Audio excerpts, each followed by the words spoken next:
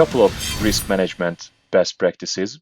Access to shared risk assets is essential as products grow more complex. A centralized risk registry allows teams to collaborate and reuse information efficiently, reducing costs through branching and merging risk data.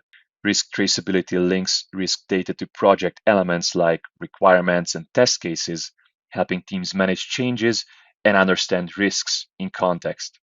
As risks evolve, effective processes are needed to analyze, approve, and communicate changes to stakeholders, with traceability ensuring updates reach the right people. Customizable risk management workflows guide teams through structured processes, helping manage risks across portfolios and prepare for audits. Dashboards and reports provide real time insights into risk levels and mitigation effectiveness, keeping all team members informed. FME identifies and prioritizes risk based on probability, detectability, and severity, helping teams create effective mitigation strategies and comply with regulatory standards. CAPA tracks and addresses non-conformities, enabling root cause analysis and process improvements to enhance product quality and safety.